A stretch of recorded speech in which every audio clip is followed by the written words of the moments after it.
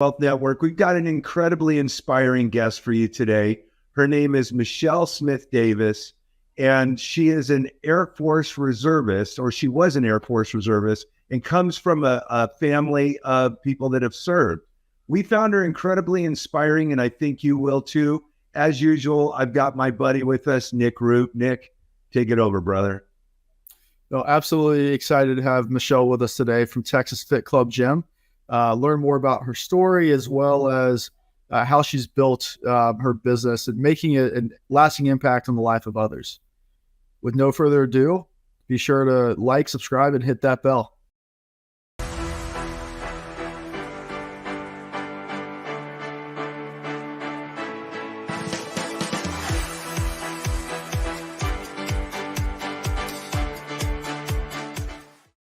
Wow, look at that fancy intro. I feel like I should like flex or do something cool. Salute or something, right? How are Thanks you? for joining us, Michelle. Thank you for having me. It's my pleasure. Michelle, just before, one of the things we were diving into, I think it's helpful as well, just to give background, right, in terms of what led to you joining the military in the first place, and then how did you transition that skill set into what it is you do now? And so just an overview of again, how did you grow up? What led to you ultimately joining the Air Force Reserves? How much time do I have? I want to make sure that I get everything. You're good. Yes. So I grew up with a Marine Corps dad. I was born at Camp Lejeune. And as you can imagine, I moved a lot in my life. And I was very fortunate to have that in my life, because I got to meet many people of many walks of religion, race and cultures. And I find myself very privileged to have been able to experience that. My dad was, as you can imagine, he was a drill instructor at Parris Island and in California, and he was no BS, and he wasn't a sappy guy, but he taught us a lot of great lessons. And my mom and him were married, till he died, 2016.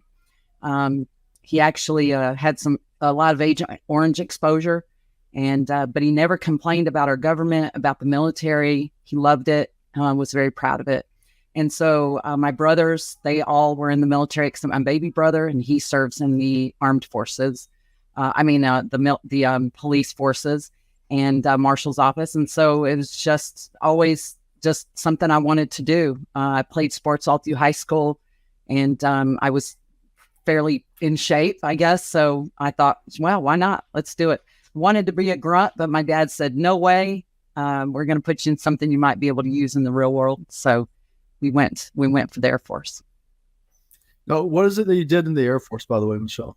So I was at the 301st Tech Fighter Wing at Carswell, and they put me in, I did support, air combat support. And then whenever I got moved, they kept changing my AF coding. But about October of 1990, I got an offer to go into 8D is intelligence, which I was really excited. I was going to go full time. And I found out a month later I was pregnant. And then right. And I was married at the time. I was pregnant and married at the time too. Desert Storm started. So they were talking about, people are going to get deployed. And we actually didn't do that because we had just gotten converted from F-16 to F-16s, and we weren't combat ready. So I stayed back with that and helped with the air combat readiness for the rest of my time there at the 301st. Wow. And now, what is it that you're up to today exactly? Up today. So when I got out of the military, I was in networking at first. We actually put the network in the Pentagon, which was kind of cool. Wow. And then I moved over to aviation, which was kind of funny story. They saw that I was in the military, and so they gave me this job thinking that I knew all about everything about aviation, and I didn't know anything about what they were doing. They were doing cockpit instruments. I didn't know how to make cockpit instruments. So, but I loved it. I learned a lot. I traveled all over, a lot of shows with, and got to meet a lot of people from Bell Helicopter to General Dynamics, a lot of companies. And then I went over to do, I got transferred. I took a job with some people that broke off from that company and started a startup company doing aviation monitoring. So we did all of the data off of the cockpit instruments and converted it to data for people like Southwest Airlines, American, Swiss Air. And during that time, I'm married with, little children. I wanted some extra money. So I was good at coaching, and I coached sports. People paid me to coach teams, and I learned that I was very good at it. And I thought, that's something I'll do forever, I guess, as a side job. But my husband passed away unexpectedly. He drowned while he was fishing on a trip, and I had a 10-year-old and a 4-year-old at home. And I don't know, I had this weird, corny epiphany that I want to change life. I got to do something that's meaningful. And I quit this great 401k, stock option job, and I started to become a personal trainer, which, if anybody knows about personal training, you don't train if you don't get paid, if people don't train, and you don't have retirement or medical or anything. But I didn't care. I just forged on. And now I own a fitness facility, pretty big one, and I'm doing what I love every day, helping people. It's interesting that you said that, Michelle, because my wife almost died of a seizure disorder back in 2008, and she turned out she was having grand mal seizures her whole life and didn't know it. Oh, wow. And she turned her focus to fitness. She decided she wanted to learn everything she could about fitness, became a certified instructor, and really turned her life around. She just completed a marathon a couple weeks ago, but she tried to get into the fitness business. And what most people don't understand about fitness instructors is it's just about as much about marketing yourself as it is what you know how to do or what you're good at. So sure. I'm curious, knowing the limited amount that I know about fitness. What was your plan? How did you plan on marketing yourself? Was it a networking thing? Was it, some sort of advertising? How did you do that? Yeah. Well, I'm laughing because I had no idea. I just thought I'll just be a trainer and, they'll flock to me and that'll be it. But I was very fortunate when I started that I got hooked up with some professional athletes and semi-pro athletes and MMA fighters. And I took the strength and conditioning part of their training, and they did the specialty part of their training with someone else. And I was very good at it. And I started to make a pretty good name for myself. So that helped me to kind of really get the word out there about what I was doing. And then I just, I'd like to say I was just good at it and maybe some luck or hard work, but I just didn't give up. I've seen many trainers come to me and I mentor them through their training process to get certified. And the part that makes them fail is that the marketing and getting their name out there. They might be great trainers, but they don't know how to sell. And so I'm not a great salesman, but I have found that if I had to sell vacuum cleaners door to door, I would never sell a single vacuum cleaner. I hate vacuuming. I'm never going to be able to sell a vacuum cleaner, but I can sell fitness because I believe in it and I'm passionate about it. And that doesn't mean they weren't passionate about it, but maybe just in a different way. And so I just, use that passion to sell it. And I also don't look at every assessment that I do as a chance to sell, which is probably terrible business advice. Never do that. Look at selling if you're in business, but I just look at it as a chance to help someone. And I give assessments to people that aren't even members. And I tell them, if you don't join here, please join somewhere, go somewhere and get help.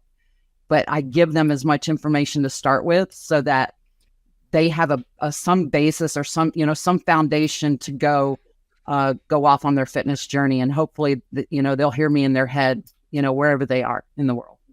Well, for somebody who doesn't know you very well, I can tell you that what screams to me just listening to you talk is you have an incredible amount of confidence in your abilities and yourself. And I think, you might call it luck, but I think anybody who has been exposed to you, whether they're pro athletes or MMA, that confidence maybe that is what has made you as successful as you are. And I'm curious whether or not that is something that you've always had. Do you feel like that was something that was instilled in you by your father? I don't know. Yeah. I think my mom always said I came out going, "Hey, there's a new boss in town," but I really think the traveling to different places, starting new schools, really had a big impact on how comfortable I am in different environments or different places. I mean, I'm like, I'll call myself, and my husband, before he died, he would say you're every woman, because I would go camping one day and to the opera the next day. But I think that came from that military experience of traveling all over and just meeting different people and really not being judgmental, but just appreciating their cultures or the different environments we lived in. I mean, sometimes we lived in really low, income areas, and sometimes we lived in nicer areas. Sometimes we just lived in a very tiny house or a nicer place. I mean, it just was a different environment all the time. And so I think that gives you a level of confidence to know that it's okay. I mean, you're going to be okay. You're going to meet new people. You're going to make friends. You're going to, if you're behind in school, you'll catch up. If you're ahead, that's great. You got to start over with your sports. I mean, all my siblings, we all played sports. And so every time we would go to a new place, we had to prove ourselves again that we were worthy of that team. It wasn't like we were on the team last year and they know us. So we had to come in there with a bang. And I think that has a tremendous amount to do with the confidence part. One of the things that I think is really helpful, right, that you're talking about, Michelle, is the adaptability. Something that I think a lot of folks might discount for themselves, right? Like we talk about intangibles that are transferable over to any profession, to any line of work, that naturally make you a great business owner, right? The adaptability, the ability to change and to bootstrap early on, right? But if you were to look back and think about the advice that you give yourself, if you're starting out or if you're giving advice to a new business owner starting out for the first time, what are some things that you've learned along the way that you think would be invaluable for them to know?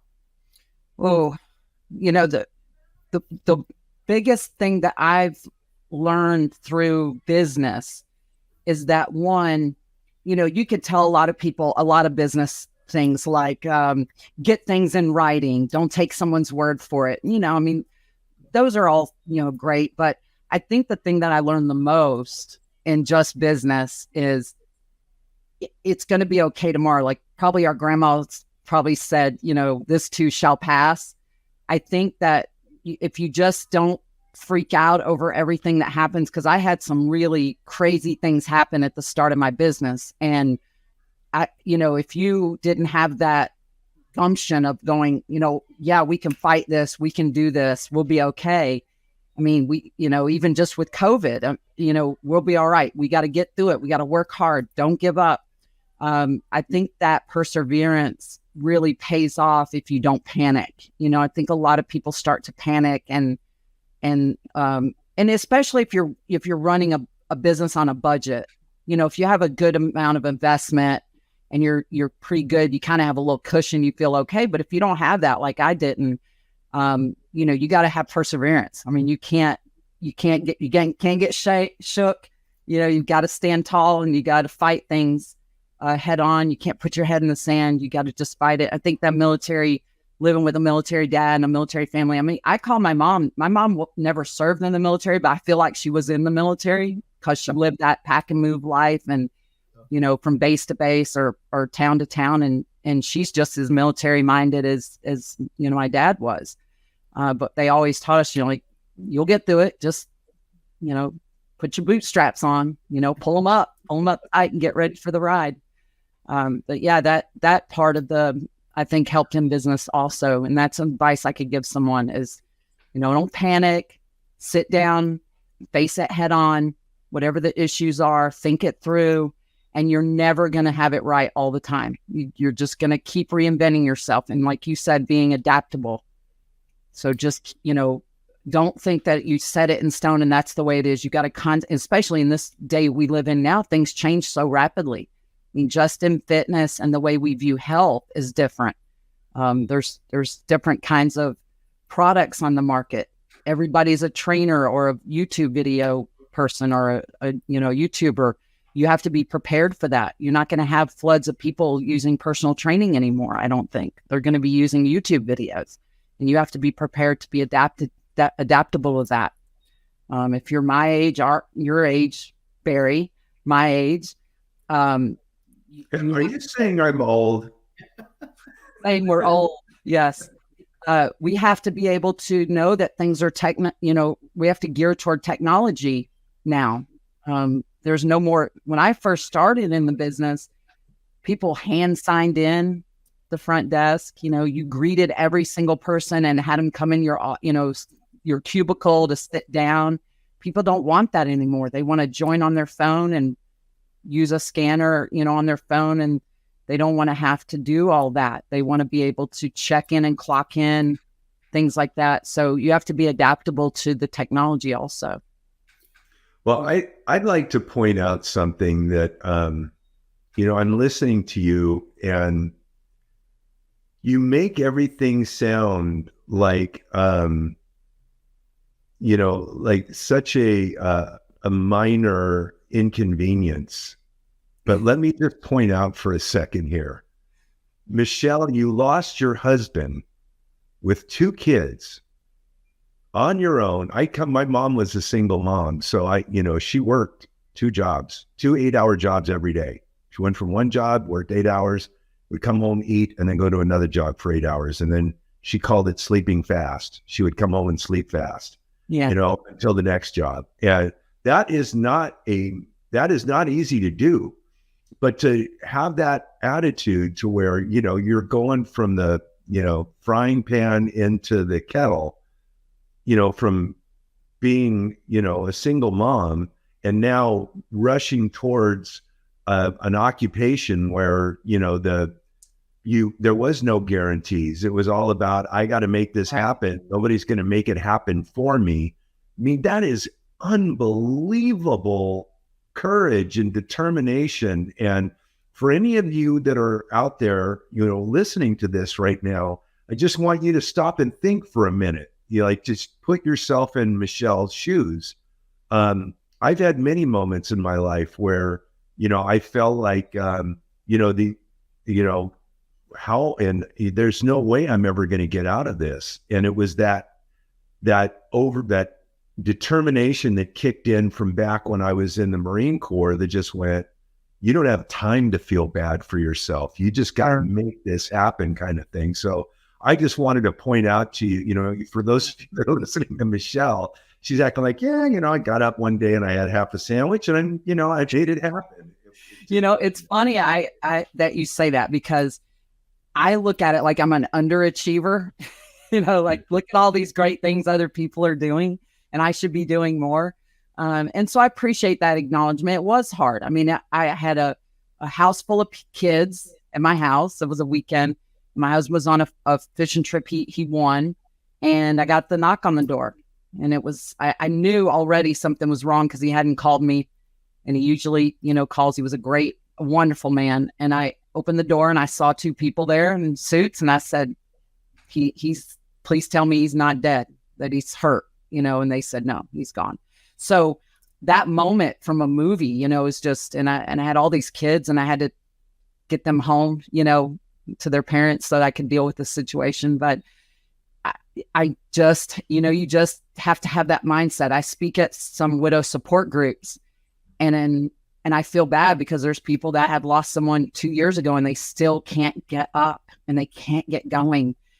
And I just want to grab them and say, you have to do this. No one can do this for you.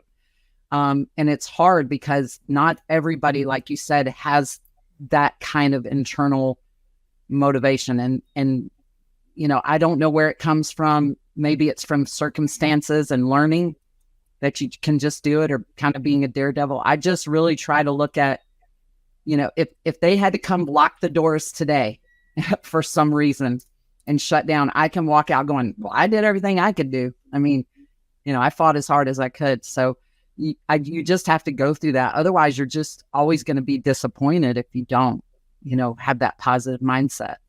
And also remember that, think about things that were bothered you so bad 10 years ago that, like you said, you thought, I'll never get out of this. This will be the worst thing ever to happen to me.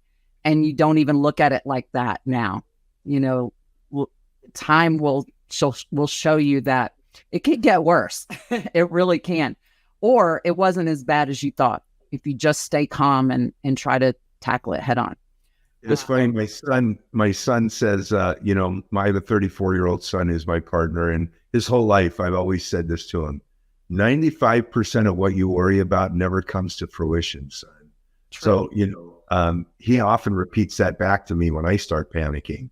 95, he goes, a wise man once told me, 95% of what you worry about never comes to fruition. You know, and I'm spiritual too. I pray to God, and I have faith that I'll get fed tomorrow, you know, and so it'll be okay. I do remember we got caught in the Texas freeze a couple years ago. You probably remember hearing about it on the news, and we're not built for that. And so we had busted pipes all over the building. So imagine, we just got through COVID. We just finally got 100% open, and then busted pipes flooded the building. And I remember we're in a shopping center. So we kept coming up checking on the building because I just knew. I said, we got to keep checking. And my daughter went and took her turn to go check, and she called and said, oh my God, it's flooded. And so we rushed up, and I remember going into action right then and saying, okay, grab a dolly, grab some trash cans, get the hoses off the shop backs. We're going to hold them over the holes until we can get the water shut off, because the outside water valves were frozen. We couldn't even turn them off. And I remember my son standing over, holding the hoses on the holes of the pipes. Now the power's off, so it's really cold. It's freezing in here. He's soaked in water. He's blue. His lips are blue. And then I have my daughter and her friend are running the trash cans outside, dumping the water out and running them back to him. And he said, we're not going to get through this, are we? This will be the end of it. And I said, nope, just hold those hoses. We're going to be all right. And we're here. We cleaned it up. We got some remodel because of it. And, you know, we got through it. And now we look back and laugh and go, remember when your lips were blue and said we weren't going to make it through this? So it, like I said, just perseverance, just keep going, you know, whatever it is that you choose to do. And the same way with fitness, you're trying to lose weight, you're trying to overcome an injury. And sometimes that's so difficult, whatever your situation, just like your wife, whatever the situation, set out a goal that you don't give up and you keep pushing toward that goal. And you probably will never get your main goal. I mean, we never do, but you know, you will get to a point where you don't think it's so overwhelming and exasperating. And business is hard. I mean, anybody that has their own business, I'm a woman in a man-dominated business.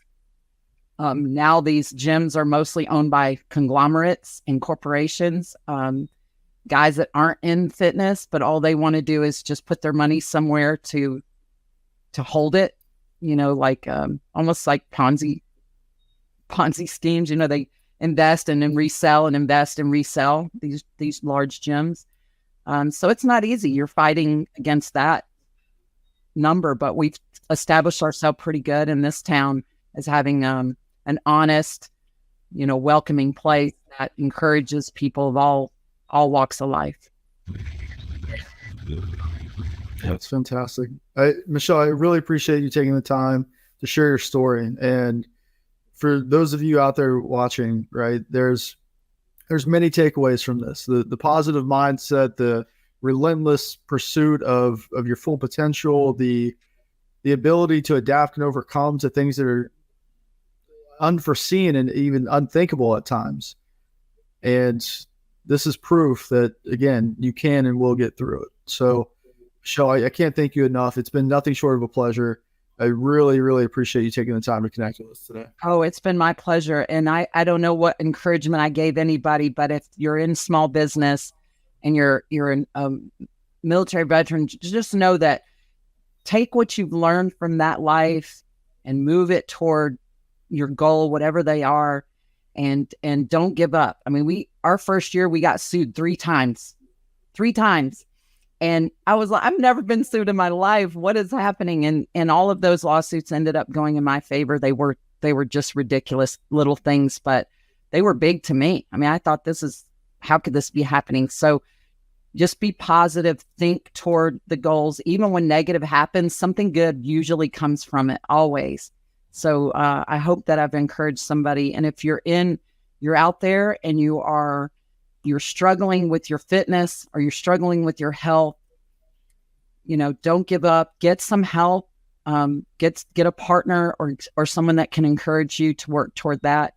You can Facebook me or message me and I will give you some advice or health tips and fitness tips. If you're injured, I can talk you through that time, because that's very hard to do. Like I'm sure you've dealt with that with your wife, Barry. Being injured and trying to have the motivation to move forward is often very difficult. Well, my wife helped me lose 80 pounds. I had a heart attack 5 years ago, Michelle, and I drove myself to the emergency room, which is why one of the things you said that I connected with so much is that, my attitude is that if not me, who's it going to be? Like, if I have to save myself. I can't sit around and wait for somebody else to save me. I'm the only person really at the end of the day that I can depend on, other than my wife. But my wife wasn't there. And, I went to her after having this heart attack, and the doctor told me, as long as I lose some weight, I continue to exercise, because I was exercising already. Problem was I'd go to In-N-Out and celebrate by having a double with fries every time I'd work out. So she helped me lose that weight, and she continues to keep me on the right track. I'd like to know, before we let you go, Michelle, what can we do as a community for you? Like, what is it? There seems to be a reoccurring theme when Nick and I are interviewing people. Number one, incredibly motivated. Number two, we find that a lot of people that we're interviewing, veterans or veteran-owned businesses, they like hiring other veterans, or maybe they like training other veterans. Like, what is it exactly, if there is anybody watching this, that they can take away and say, you know what, Michelle really inspired me. What can we do as a community to help you? Well, of course, being Veterans Network, I want to say something for the veterans. But I people come in all the time and they say, do you have a veterans discount? And I say, you know what I did? And this is probably going to get cut from your show. What I did, I went around and I looked at the prices that everyone was charging, the lowest prices, the veterans discount, the whatever. And I said, everybody in life, whatever job they have, is essential to our existence. So the garbage collection is essential to our existence. The guys that stock the food, the truck drivers, the teachers. And I said, I'm just going to give everyone the lowest price, and it's the same for everyone, because I wanted everyone to have that discount that we could give. If we could give it to the veterans, we could give it to everybody. How you could help veterans is be in support of what their families have to go through too. And also understand that when they leave the military, sometimes they're not trained in a job that's going to be available to them. I mean, they're trained in something completely different. And then, don't think that what's going on too out there in which you hear on the news, or what's happening when you have critiques about how the military is handling things. Think that there's a lot more that goes into it than just the little bits and pieces you get off the news. Understand that there's a whole dynamic that's involved in that. But how you can help me, I would love to be greedy and take your help. Be good to others, support others, help them if they're in need, because we all can't be, I'm known to be a beast in the gym when I'm training. I'm not real compassionate and nice. So, but out in the world, there are people that don't have that gumption to get up and just do it and take it. So encourage someone, help them. If they're struggling, be that person that reaches out to them and know that they just can't do it on their own. They need someone to help them because everybody can't be, yes, it's great to say, you got to do it. No one else is going to do it for you. And that's my motto when I'm in the gym. But I do know that there are some people that need our help. and we need to reach out to them, give them support, encourage them, and in whatever way that you can do. Whatever your attribute is that you can contribute to someone else, do that. Awesome. Well, thank you so much again for joining us, Michelle. We really appreciate it. Nick, thanks again, brother. Love you, man. And for all of you, don't forget to like, subscribe, hit that bell, and we'll see you soon. All right.